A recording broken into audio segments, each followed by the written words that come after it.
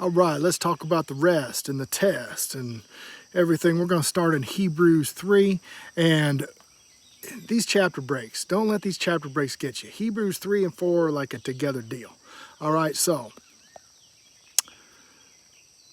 when your fathers tempted me and proved me and saw my works 40 years, therefore I was grieved with that generation and said, they do err in their heart, and they have not known my ways. Okay, so I swore in my wrath that they shall not enter my rest. Okay, take heed, brethren, lest there be any of you an evil heart of unbelief. It's a definition of unbelief, people. All right, of unbelief in departing from the living God. But exhort one another daily while it is called today, lest any of you hardened through deceitfulness of sin. All right, through deceitfulness of sin.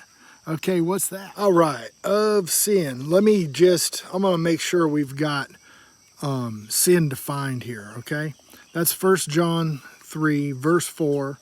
I've mentioned that in probably every video, but I wonder, does anybody ever go look up 1 John 3, 4, what I said? Okay, that's what sin is.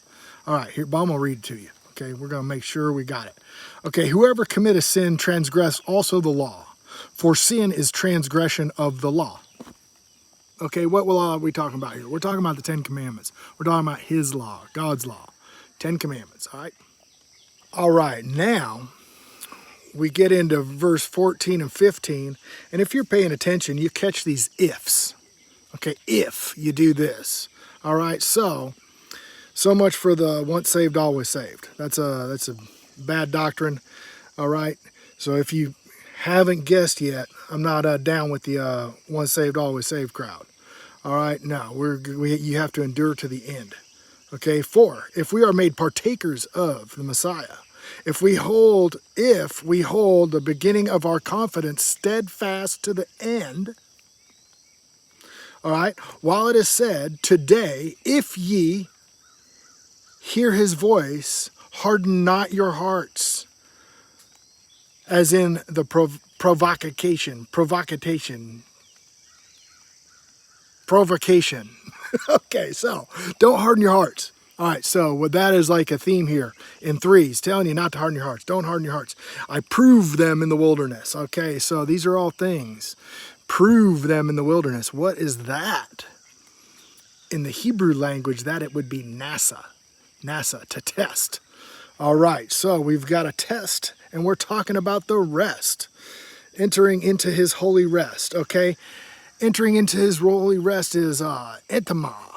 Okay, so now we're just gonna shoot straight into chapter 4 here. Okay, this is one where really you should pull out your Bibles because it all just flows so. I mean, I can't believe people don't get this. I mean, it's just unbelievable. Okay, well, it says why they're not gonna get it, but man, that's gonna have to be my next video. You know, how to get the Spirit of truth, how to get the Spirit. They ever tell you how to get the Spirit? You know, none of what I learned in the Bible is because I'm smart. Like I said it before, you know I'm shot out, okay? This is just, it becomes so clear once you understand how to get the Spirit of truth. And then you can understand the Bible, all right? If you believe, okay? So at the end of chapter 3 it says, so we see that they could not enter in because of unbelief. Okay, unbelief is disobedience. All right? So, if your doctrine is all you have to do is believe, well, the Bible itself defines unbelief as disobedience. All right?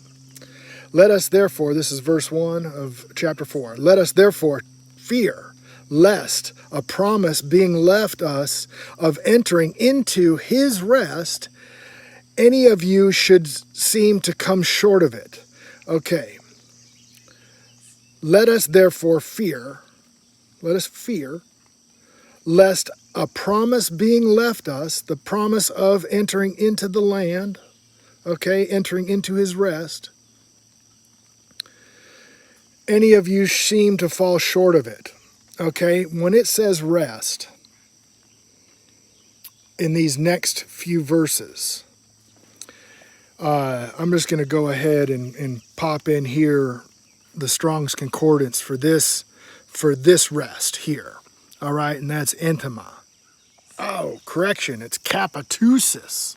Okay, it's capitusis is the word. Let's see what it is here. All right, catapusis or something like that. Catatusis, his rest. Okay, the eternal heavenly resting place. Every verse in this chapter, until we get to verse number 9, says catapusis. Catapusis. If you pull it up in Strong's and you catapusis. Okay, so don't take my word for it. Check it out.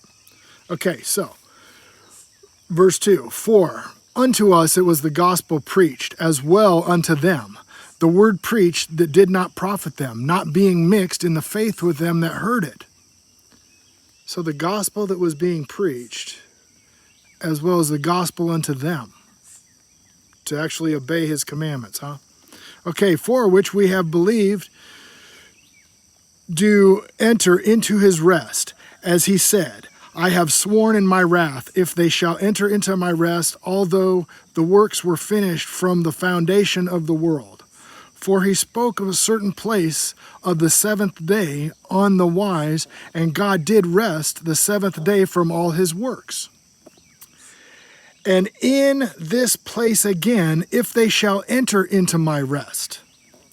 Seeing therefore it remaineth, some entered therein, and they whom it was first preached entered not. They entered not in because of unbelief. So they didn't get to enter because of disobedience. Again, he limiteth a certain day, saying, David, today, after so long it is said, today, if ye will hear his voice, harden not your hearts. Harden not your hearts. For if Yeshua had given them rest, then he would not afterwards have spoken of another day. He never spoke of another day, folks. He did not speak of another day.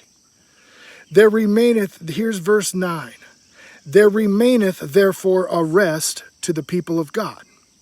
Okay, every one of those rests until this point, until verse 9, says catapusis. In the Strong's, it's word G2663, catapusis. Now in verse 9, where it says, there remaineth therefore a rest for the people of God. Okay? Let's see what that is, because you would just blast past this because every verse is in the rest, and don't enter my rest, and they will enter my rest, and they get it. Okay, so you get to this, and it's easy to blow by unless you're checking it out in the different, like the ESV is going to say Sabbath rest, you know, so the different versions, you know, throw around this a little bit differently. But if you're in King James, New King James, it's going to blow right past here because there remaineth a rest for God's people. Okay, let's check out that rest in the Strong's. So there remains a sabbatimos for God's people. Okay? In this, when something is holy and set apart, as the Sabbath is supposed to be holy and set apart, if you go back to Exodus 20, it says, remember the Sabbath day and keep it holy. Okay, remember. That's the only commandment that we've forgotten completely. Not that we get any of the other commandments right, like any of them. Okay? But this one we don't even remember anymore. All right, folks, this is very convicting. I've been there. Okay, so, but I did not harden my heart. Okay, I searched it out. Okay, I started doing it on Sunday. Okay, and I searched it out, and 3 or 4 months later I came into this and was like, oh yeah, we're doing it wrong, you know? So anyhow, let's keep on going because I mentioned a test. All right, so where's the test? Okay, He quoted David back here. Again, saying David, he limited us to a certain day in David to this day so long. That's Psalms 95. All right, let's go check out Psalms 95. All right, verse number 7, Psalm 95, verse 7. For he is our God, and we are the people of his pasture and the sheep of his hand. To this today, if we hear his voice, when do we hear his voice? Oh, during the Ten Commandments. Harden not your hearts, as in the provocation, and in the day of temptation in the wilderness, when your fathers tempted me, proved me, and saw my work. Okay, 40 years I was grieved with this generation. Okay, now it's been 2,000 years he's been grieved with this generation. Holy smokes. We keep going worse and worse. All right, so when your fathers tempted me, proved me, and saw my work. Okay, let's check out the Strongs there because we're going to get a little connection here. All right, depending on what version you're reading, what translation you're doing, you've either tested or proved or tempted. You've tempted, proved, or tested him here, and that is Massah 5524. Okay, now where do we find 5524 where we were tested? All right, let's go to the one that we're talking about, which revolves around the Sabbath. There's a couple of places where he tests his people. One being Abraham. The very first time we see this 5424 is Abraham, when he takes his son Isaac up to, builds an altar, and he's about ready to kill him, and the angel comes down and says, hey, don't kill your kid. All right, so that's when that was the obedience that proved his righteousness. Okay, so that was where that happened. So where do we see where we're talking about the Sabbath and being tested? All right, that next time we get tested is in Exodus 16, verse 4.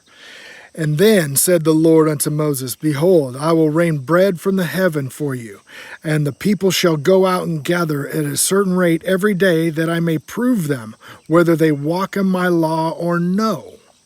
Okay? Then he goes on and he tells them he's going to give them enough manna for each day. Okay, and they grumble about not having meat, and then he dumps a bunch of doves on them.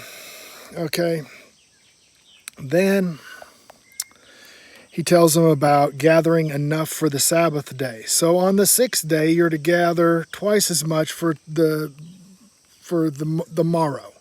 Okay, for the next morning, you'll have enough bread for today and tomorrow. You gather on the sixth day. Okay, now let's check out what happened. And he says, and it came to pass that they went out, and some people on the seventh day for to gather, and they found none. And the Lord said to Moses, how long ye refuse to keep my commandments and my laws? Okay, this is Exodus 16. And he just said, how long are you going to refuse to keep my commandments and my laws? Okay, so this is the point in time where they failed the test. All right, and the test is here is Massah 5424. All right, so now let's go back to Hebrews 4. All right, back to Hebrews, verse 10. We left off verse 9, where there remaineth rest for the people of God.